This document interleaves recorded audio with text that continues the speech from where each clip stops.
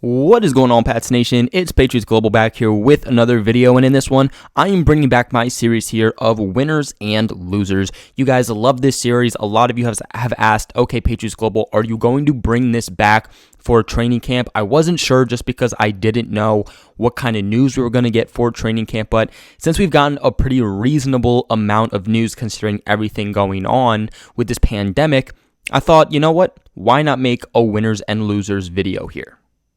So you guys know how this whole thing works. In order to make this list, you have to actually do something to get on this list. So in order to be a winner here, you got to stand out in a positive way above everybody else. In order to be a loser, you got to really be having a pretty tough camp and not exceeding expectations. I'm not going to go through every single player and put them into a category of winners and losers, just some of the bigger guys that are standing out. So to start this video, number one, we have quarterback Cam Newton. I don't think any of us are surprised on this one, just hearing how he's doing. He's really thriving here in New England, and that's exactly what you want. Even in a quarterback competition group, you can make the argument that, hey, maybe there wasn't too much going against him in that competition of quarterbacks, but I would honestly go against that. Brian Hoyer, a guy who's been in the system for very long, he had a lot going for him, and I don't think people truly do see that. And then Jarrett Stidham, a guy who had a lot of talent, especially from what we've seen. So, Cam Newton surely 100% was not going to just come in here and be given the job. He had to fight for it, and he's definitely done so. Things have definitely started out slow for Cam Newton. There's definitely been growing pains. I definitely would say that within the first few practices, he wasn't anything to brag about. In fact, Jarrett Stidham was the big guy to talk about for the first few days of practice. But really, as practice just continues to go on, he's showing that he's more comfortable within the Patriots system, and he's really trying to build chemistry with each and every single one of his offensive players and just his fellow team players in general, but more specifically for his wide receivers. Before and after each play, making sure to talk to each of them. He has his own unique handshake with each and every single wide receiver. It's not the same one. They're each very unique in their own way.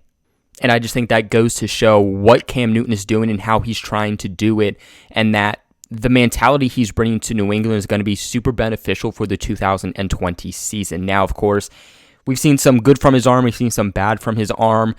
Truly, if Cam Newton is not able to scramble, then I would be concerned. But, when they're able to give him that opportunity to be a mobile quarterback, everything just opens up significantly here for the New England Patriots. My first loser on this list is going to be running back Sony Michel. Now, hey, we finally got Sony Michel back. That's great. Do not get me wrong. But it's because of how he started this offseason that is going to put him at a loser on this list. Now, Sony Michel, when you think about him, he's kind of been that guy that you think of a cowbell running back. That lead guy makes a lot of noise, but he's not in that position where he's claiming that title. This title is not just being given to him for his third year in the NFL.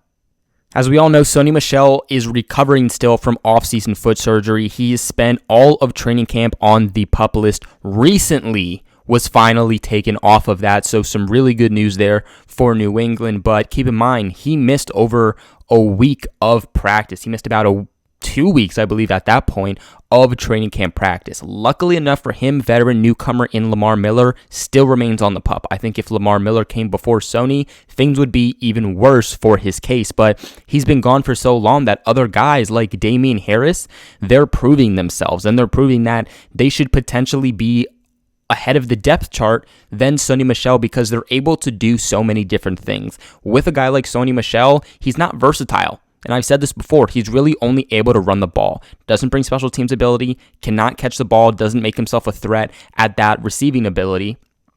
So another guy is going to come in and steal his place if he's going to continue to be out, especially when the Patriots had a lot of uncertainty when Sony Michel could potentially be returning.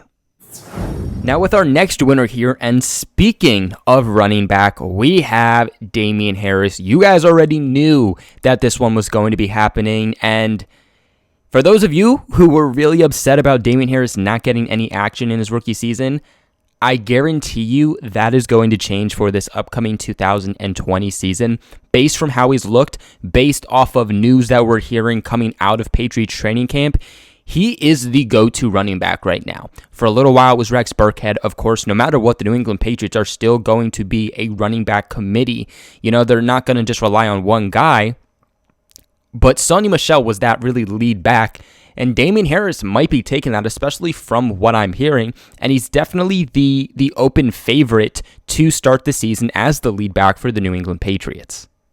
He's an Alabama product, as we all know. Bill Belichick loves his Alabama product. And something that I have to say is that when he was with Alabama, he was beating out guys like Josh Jacobs, a guy who was taken in the first round of the NFL draft by the Oakland Raiders a couple of seasons ago, and has been very productive. So I definitely feel like that is something to mention. He's doing really good in camp. He's running really hard. I believe that today he had an 80-yard touchdown running up through the middle. So, these are just things that you'd love to hear. He's doing really well as a pass catcher also. So again, he's bringing this versatility that somebody like Sony Michel just doesn't have. And he had a whole season to just kind of sit behind as a redshirted season and just learn mentally, which I think could be very beneficial also. Now, my next loser on this list is going to be defensive tackle Beau Allen. I mean, Beau Allen, where in God's name are you? We have not heard anything of Beau Allen. I feel like I saw him maybe 1 or 2 days, 2 if we're lucky, at Patriots Training Camp, and then nothing. He's just gone, and we haven't heard anything about him. We know that he's dealing with some type of injury. What injury that is, we don't know. It sounds like a foot injury. From what we heard, he did come into camp one day, obviously didn't practice, but with some type of leg boot on him, indicating that he is dealing with some injury. But again, nothing has been said about it. It's not even being said when he's going to be able to return, but he hasn't been back at all. And roster cutdowns, they're right around the bend. Allen was also expected to be someone who was going to be a big-time contributor in 2020. Not statistically, but he was going to be an important part because the Patriots don't have Danny Shelton, a big body in the middle of the interior of the defensive line, and they needed somebody to really help match up with a guy like Lawrence Guy. Essentially, they didn't have that because they lost Danny Shelton, and they even needed that last season when they had Danny Shelton. What exactly does Bill Belichick decide to do in a situation like this? I'm not sure. Again, roster cutdowns right around the bend. We don't know when Beau Allen's able to come back. If he's not even able to come back yet for the rest of training camp, does this put Bill Belichick in a place where he's okay with keeping Beau Allen on the team? Or could this be a surprise cut? The New England Patriots don't really have anybody that is able to back up a guy like Beau Allen. They do have somebody like Bill Murray who could be another big body, the UDFA, but again, that's even a guy we haven't really heard too much about. So is Bill Belichick okay with moving on from somebody like Beau Allen? Is this going to force his hand because we lack so much depth there? I will say, though, that a young guy like Byron Cowart has really been standing out. Definitely not as big as Beau Allen, but, he could be a guy that maybe the Patriots just decide to go with if Allen is not able to stay healthy. Next winner here is going to be one of my favorites, y'all. This is going to be wide receiver Gunnar Olszewski, and I think that he is the man of camp. He is taking over camp, and I don't want to talk too much about this one because Gunnar Olszewski is going to get his own video. He deserves it, and I think that he has been probably the biggest surprise in all of training camp. A guy that was a UDFA this past offseason, not this offseason, and came in as a cornerback. He was a defensive back. He wasn't even a wide receiver. The first time he played as a wide receiver was when the New England Patriots brought him in and invited him to training camp, and surprisingly, he was able to make the final roster. From what's been said about him, it looked like he's packed on some muscle. He's looking faster. He's a guy that is just winning all of his matchups. It's hard for these guys to cover him, and he's actually been the second most targeted wide receiver in all of practice. Of course, the first one obviously being Julian Edelman. In every aspect, Gunnar Olszewski is looking so much better than he did last season. To say he took a jump would be an understatement. I'm super excited to see what he can do and see what he can do building off of year one. And then I'm excited to see, and this is so early, but I'm excited to see what he can do in year 3, a year from now, to really build off of year 2. The next loser on my list is going to be wide receiver Jacoby Myers, and this one is a sad one because I think we all really like Jacoby Myers. He was another guy, a UDFA, that really showed up in camp last year and was able to make his name heard. You know, he was a guy that more specifically has a connection with Jarrett Stidham, and we saw that big time last training camp, last preseason, and because of that, we were all expecting really big things, I believe, with Jacoby Myers, and in camp, he hasn't lived up to any of that. You know, we haven't heard his name. He isn't doing anything great. It's not like he's a top 3 receiver going his way. And believe it or not, Jacoby Myers is a guy that is going to have to perform well in order to make this roster. You know, he's not a lock. The Patriots have a few locks already, but they only have so many spots that they're going to be taking on for the wide receiver position. And you already have Julian Edelman, N'Keal Harry, Mohamed Sanu. Those guys are locks. I would say at this point, Gunnar Olszewski is a lock. So you only have so much more spots here for the New England Patriots. I would say Damiere Byrd at this point is also going to make that. So it's going to be a tough situation here for Jacoby Myers to make this final roster. It's also been said that he might be dealing with an injury that's kept him out of team drills. I guess we'll just have to see how this one pans out, but not making his name heard, not flashy whatsoever, and definitely has been a pretty big letdown. Now, my next winner on this list is going to be rookie tight end Devin Asiasi. I think you all knew that this one was coming based off of what we've heard from Devin Asiasi. I love Devin Asiasi. I love the selection of Devin Asiasi. And if you've been around the channel, at least even the past few months when the 2020 NFL draft went under, you would know that I'm a fan of Devin Asiasi. I even made the prediction that within the first few weeks, he would become the New England Patriots' #1 tight end. And that was all the way back when the Patriots still had somebody like Matt LaCosse. Now, Matt LaCosse is obviously not playing this upcoming season. He decided to opt out, and the New England Patriots have not made any other veteran moves for a tight end. Because of that, it's pretty easy to say that to open up the 2020 season, Devin Asiasi is going to be the New England Patriots' #1 tight end, and I would even say for the rest of the season, as long as he performs well and the New England Patriots don't have to make any roster moves, that Devin Asiasi will easily be the New England Patriots' #1 tight end for this upcoming season. He's building really good chemistry with everyone. Even before training camp started, he was doing one-on-one sessions with not just Jarrett Stidham, but also Cam Newton. Then when training camp started, he also was having some one-on-one side sessions with the quarterbacks. Of course, we all know that the Patriots do this during training camp. You know, they'll have the quarterbacks and some of the receivers go to the side and work on practicing. So like Julian Edelman, Mohamed Sanu, James White, these were some of the other guys that were doing the same thing, bringing on the quarterbacks in small sections with receivers to build that chemistry. And clearly, when you hear those names and you hear Devin Asiasi's name mixed in, you can tell that they're really trying to get him going and they're expecting a big productive season from him. That's not to say 1,000 yards, but based off of what we had last year, you know what I mean. He's been a guy that is impressing in every single aspect. He is someone who was dealing with a bit of an injury at one point. I don't know what it is. I think it's the fact that football is just starting and we're condensing this into a really, really limited section, but a lot of NFL players, period, are dealing with injuries and everybody's already getting banged up. So that's kind of what sucks about just starting the NFL offseason and really trying to squeeze everything in here. But he's shown himself as a good receiver. He's showing that he's a really good blocker also, bringing that versatility. So really excited for Devin Asiasi this upcoming season, and he's definitely living up to the hype. I'm actually going to come at you guys with another winner here just because I feel like I have a bit more winners here than I do losers, and this one's going to be rookie safety, Kyle Dugger. Kyle Dugger has probably been the Patriots' best rookie so far, and one of just the best players so far, period, within training camp. And it's tough.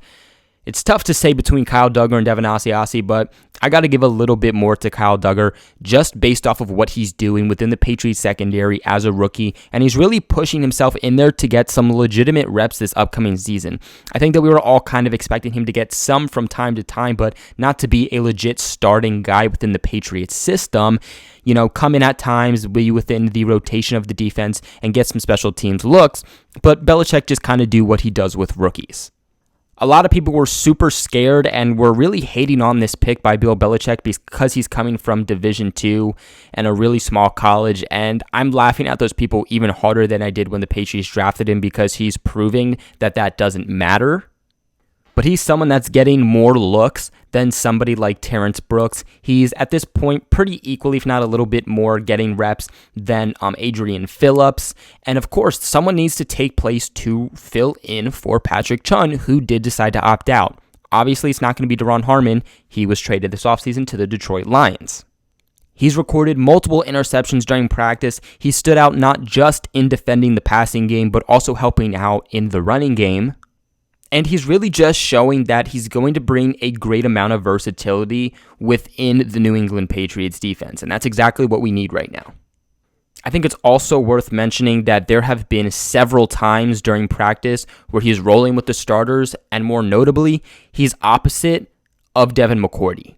So Devin McCourty is on one side in the safety position, and then you have Kyle Duggar at the other safety position for your two starting safeties. My next loser on this list is going to be rookie kicker Justin Rowe.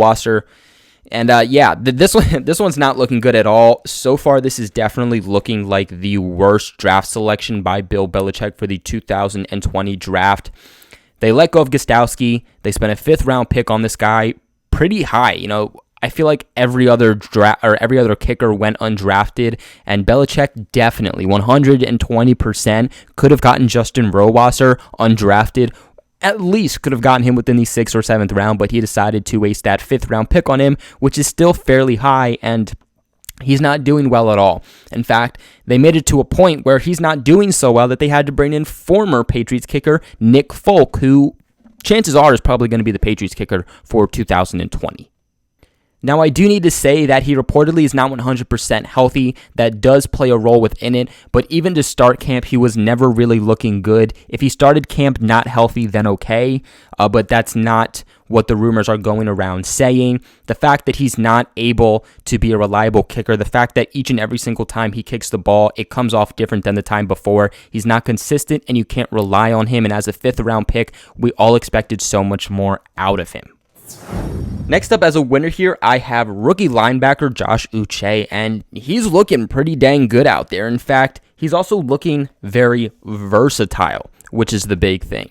My question mark with Josh Uche was, okay, are they only going to be utilizing him as an edge rusher? How is he going to be able to do as an off-the-ball linebacker? And the Patriots are trying him everywhere, and he's doing pretty well. He's a guy that is able to set the edge. He's a guy that they can put in as middle linebacker, outside linebacker, and can be an off-the-ball linebacker and be very productive. He also registered what would have been 2 sacks in Monday's high-intensity practice.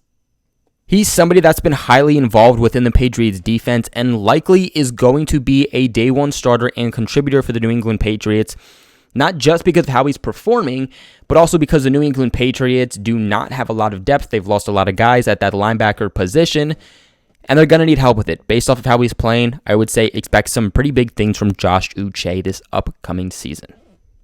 My last loser on this list here is going to be wide receiver Jeff Thomas, and I do understand that it is still early, and him being on this list isn't because he doesn't have talent, because I do believe he does. He just hasn't really had the opportunity to show it, but I feel like there was way too much hype going in with Jeff Thomas for this offseason, and that's the problem. I did try to warn people of this situation. I was high on Jeff Thomas, but I definitely was not predicting the statistics and the outcome as much as other people were, trying to say that he's the gem of the New England Patriots. He's going to change this offense. He's going to be Antonio Brown or whatnot. And hey, he still has the ability to do that, but I just don't see it happening this upcoming season. He's barely been at Patriots practice. He hasn't been the Patriots' most intriguing undrafted free agent.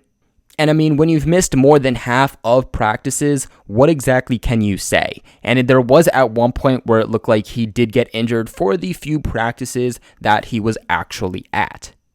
Nothing's been said about him other that his speed stands out. We do have a little bit longer of training camp. I think that at this point, his best way to squeeze in to this final roster is going to be on special teams. He has to show that he can take care of the ball and he can be a threat at the next level as a returner. But Receiver-wise, I just do not see him squeezing on to this roster, especially because he just doesn't have any chemistry with these quarterbacks. And my last winner here is going to be, I think, a surprise one for all of us when we heard it, and that's going to be UDFA rookie cornerback Miles Bryant. Now, Miles Bryant to me was a guy that I didn't really look too much into. The Patriots had a lot of UDFAs, and he was one that I just didn't think it was really going to go anywhere. But it seems like another offseason and another player that nobody knows the name of at the defensive back position is making their name heard with New England. I mean, this guy has been around the ball a lot. He had an interception on Monday against Cam Newton, which was his third of camp, and he also has added 7 pass breakups. He's shown that he can be a ball hog, but the problem is I don't see him making this roster just because of how stacked we are. Maybe if we were in need of that position, he would make this roster. I could see this being a season where, like when we had Keon Cross and J.C. Jackson, when the Patriots did have a bit of a need for defensive back help, then he makes this roster. But because of how stacked we are, because we already have defensive backs, that were drafted higher than him that are still struggling to find a way on this roster and make their name heard, I just don't really see how he's going to squeeze on here, especially also with the notable addition of the trade for Michael Jackson.